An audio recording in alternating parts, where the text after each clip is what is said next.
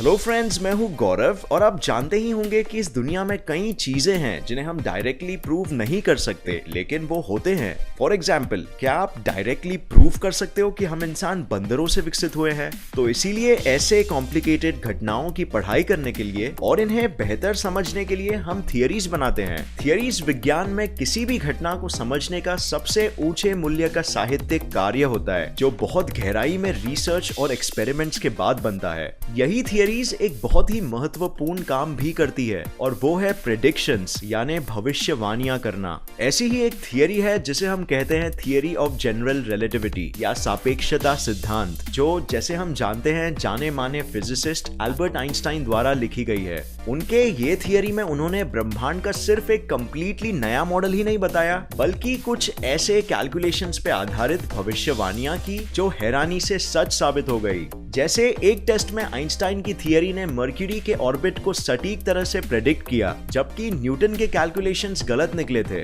और दूसरे प्रेडिक्शंस को हम चेक कर सकते हैं टाइम डायलेशन के रूप में, जो यह बताता है कि तेज रफ्तार में समय धीमा गुजरने लगता है। यह भी बिल्कुल सच साबित हुआ। आइंस्टाइन के हिसाब से स्पेस सिर्फ खाली अंधेरी जगह नहीं है, बल्कि एक 3 डायमेंशनल फैब्रिक की तरह है और उसके अपने प्रॉपर्टीज यानी विशेषताएं हैं। स्पेस मैटर या एनर्जी के उपस्थिति में कर्व हो जाता है, जैसे यहाँ हमारा सूरज स्पेस को कर्व कर दे रहा है और इस वजह से चीजें अंदर गिरती है इस कर्व में, और इसे ही आइंस्टाइन ने ग्रेविटी कहा। आइंस्टाइन का मानना था कि क्योंकि हर एक ऑब्जेक्ट स्पेस में एक कर्व क्रिएट करता है, तो जरूर ये कर्व्स भी उसी ऑब्जेक्ट के साथ ट्रैवल करते होंगे जहां भी वो ऑब्जेक्ट खुद ट्रैवल करे। और अगर कर्व्स को उनको फॉलो करना है और रोशनी की गति से तेज कोई भी चीज ट्रैवल नहीं कर सकती, तो इसका मतलब ये कर्व्स भी रोशनी की गति से ही ट्रैवल करते होंगे। अब अगर दो ऑब्जेक्ट्स एक दूसरे के बहुत करीब हो जाएं, तो जैसे आप देख सकते हो दोनों के स्पेस टाइम को कर्व करने के वजह से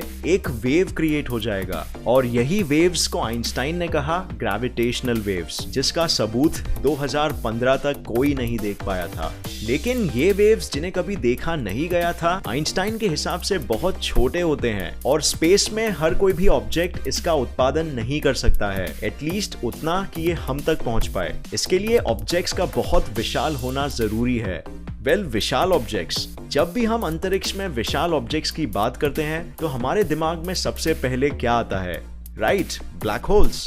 लेकिन ये शब्द ब्लैक होल्स के बारे में आइंस्टाइन के समय में किसी ने नहीं सुना था। इनफैक्ट ये शब्द का उपयोग थियरी पब्लिश होने के 50 साल बाद तक कभी नहीं हुआ था। आइंस्टाइन का ये मानना जरूर था कि कैलकुलेशंस बताते हैं कि ऐसा कोई ऑब्जेक्ट हो सकता है ब्रह्मांड में जो इतना विशाल हो जाएगा कि प्रकाश की रोशनी भी उसके ग्रेविटी के चपेट से नहीं बच पाएगी। पर फिर ये सोच के उन्हें लगता था कि प्रकृति ऐसा होने से रोक देगी और ऐसा कोई ऑब्जेक्ट तैयार ही नहीं हो पाएगा। फिर 1967 में एक अमेरिकन फिजिसिस्ट जॉन व्हीलर ने इसी सोच पे गहराई से पढ़ाई की और उन्होंने पहली बार ब्लैक होल्स इस शब्द का भी उपयोग किया। उनके कैलकुलेशंस ने ये भी बताया कि ब्लैक होल्स का होना 100% संभव है, और इस वजह से वो पूरी तरह यकीन करते थे कि ये होते हैं और मरे हुए या जमे हुए सितारों से बनते हैं। ऐसी कोई भयानक सी चीज अंतरिक्ष में हो सकती है, इसका खुलासा करना वो समय आसान नहीं था, क्योंकि हमारे पास सबूत नहीं थे। पर ये आइडिया के सामने आने के कुछ ही साल बाद 1971 में पहला ब्लैक होल देखा गया, एक एस्ट्रोनॉमर टॉम बोल्टन द्वारा। वैसे देखा गया से मेरा मतलब है उसके एग्जैक्ट इफेक्ट को उसके नजदीकी वातावरण जैसे सितारों में देखा गया, क्योंकि ब्लैक होल्स को हम डायरेक्टली नहीं देख सकते। रोशनी की किरण कभी उन्हें रिफ्लेक्ट करके वापस आ ही नहीं सकती, उनका गुरुत्वाकर्षण इतना शक्तिशाली होता है। तो ब्लैक होल्स की खोज करते वक्त एक सितारे पे नजर रखी गई थी जो दूसरे सितारों की तुलना में काफी ज्यादा तेजी से किसी चीज को ऑर्बिट कर रहा था, और जैसे थियरीज ने प्रेडिक्ट किया था, वो बिल्कुल अपने अंदर सारा मैटर खींच के रेडिएशंस को बाहर फेंक रहा था, जैसा हम एक क्वेजार में देखते हैं। अगर आपको नहीं मालूम कि एक क्वेजार क्या होता है, तो ऊपर आई बटन पे क्लिक कर दीजिएगा और वो वीडियो आप देख सकते हो। तो बेसिकली ऐसे ब्लैक होल्स को पहली बार महसूस किया गया, और फिर कुछ सालों में ही और ब्लैक होल्स भी डिस्कवर किए गए, और अनुमान लगाया गया कि हमारे गैलेक्सी में ही करीब 1 बिलियन ब्लैक होल्स हो सकते हैं। अब ये काफी चौंका देने वाला आंकड़ा था, पर इसके बाद नेचुरली साइंटिस्ट सोचने लग गए कि क्या ऐसा हो सकता है कि 2 ब्लैक होल्स एक दूसरे को ही ऑर्बिट करने लग जाए? क्या वो 2 ब्लैक होल्स एक दिन आपस में टकरा जाएंगे, और अगर टकरा भी जाएं तो क्या होगा? तो यही सवालों के जवाबों की तलाश में वैज्ञानिक आइंस्टाइन की थियरी में किए गए प्रेडिक्शंस को गौर से समझने लग गए। जैसे हमने पहले जाना था कि आइंस्टाइन ने ग्रेविटी के वेव्स के बारे में कुछ कहा था, तो आधुनिक कैलकुलेशंस ने बताया कि यही वेव्स के वजह से दो ब्लैक होल्स थोड़ा एंगुलर मोमेंटम खोने लगते हैं, जिसके वजह से उनके ऑर्बिट्स एक दूसरे के पास आने लगते हैं। फिर कुछ करोड़ों सालों तक ऐसे ही चक्कर लगाते लगाते वो एक आखिरी ऑर्बिट करके आपस में टकरा जाते हैं और फिर होता है ब्रह्मांड का सबसे शक्तिशाली विस्फोट। ध्यान रखिए, ये विस्फोट एकदम शांत और सुनसान होता है, क्योंकि कोई भी रोशनी की किरण या आवाज बाहर नहीं आ सकती इनके ग्रेविटी से बच के। लेकिन ग्रेविटी के वेव्स जरूर उत्पन्न होते हैं जो पूरे स्पेस को करोड़ों लाइट ईयर्स दूर तक लिटरली हिला देते हैं। अगर आप उस वक्त कहीं आसपास होगे तो आप भी उस ग्रेविटेशनल वेव्स के वजह से ऊपर नीचे ऐसे हिलने लगोगे जैसे समुद्र की लहरों में। पर ऑफ कोर्स आसपास सब कुछ अंधेरा होगा। वैसे अंधेरे की बात करते हुए, क्या आप जानते हैं कि लगभग 95% स्पेस एक्चुअली अंधेरे से भरा हुआ है? रोशनी सिर्फ स्पेस के 5% हिस्सों में ही है। तो स्पेस के इसी 95% अंधेरे हिस्सों में दो किस्म के ब्लैक होल्स पाए जाते हैं। एक होता है जिसे हम कहते हैं स्टेलर मैस ब्लैक होल, जो यूजुअली छोटे होते हैं और सितारों के ही अपने ग्रेविटी में मरने से बनते हैं। अब अगर दो सूरज से 50 या 100 गुना विशाल सितारे एक बाइनरी स्टार सिस्टम में एक दूसरे को ऑर्बिट कर रहे हैं और एक सितारा सुपरनोवा धमाके में मर गया, तो मतलब एक सितारा एक ब्लैक होल को ऑर्बिट करने लग जाएगा। फिर दूसरा सितारा भी ऐसे ही धमाके में एक ब्लैक होल बन गया, तो हमें दो स्टेलर मैस ब्लैक होल्स मिल जाएंगे जिनका मैस 50 सूरजों के बराबर होगा। और फिर करोड़ों सालों में इनके आपस में टकराने के बाद ग्रेविटेशनल वेव्स जरूर उत्पन्न होंगे, बट ये ब्रह्मांड के सबसे शक्तिशाली धमाके नहीं होंगे, क्योंकि ये स्टेलर मैस ब्लैक होल्स थे। पर ये ब्लैक होल्स से कई गुना विशाल होते हैं दूसरे टाइप के ब्लैक होल्स, जिन्हें हम कहते हैं सुपर मैसिव ब्लैक होल्स।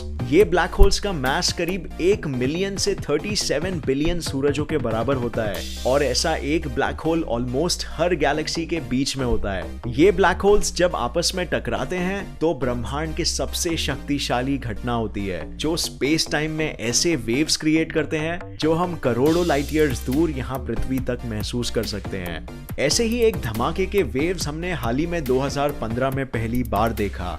दो स्टेलर मैस ब्लैक होल्स पे नजर रखी गई थी और ठीक 14 सितंबर 2015 को 9:25 में दोनों आपस में टकरा गए। कहा जाता है कि एक ब्लैक होल का मैस 30 सूरजों बराबर था और दूसरे का 60 सूरजों बराबर। टकराने से पहले इनका आखिरी ऑर्बिट सिर्फ 1 सेकंड के 5वें हिस्से तक ही चला और फिर हो गया ऐसा धमाका जिसके वेव्स हमने यहाँ तक महसूस किए। साइंटिस्ट ने ये वेव्स लाइगो यानी laser interferometer gravitational wave observatory नाम के एक ऑब्जर्वेटरी में रिकॉर्ड किया और फिर एक साउंड मॉडल में इनकी फ्रीक्वेंसीज को एक्सप्रेस किया। मतलब अगर स्पेस में एक एटमॉस्फेयर होता जैसे पृथ्वी में है, तो वो आवाज हमें कुछ इस तरह सुनाई देती।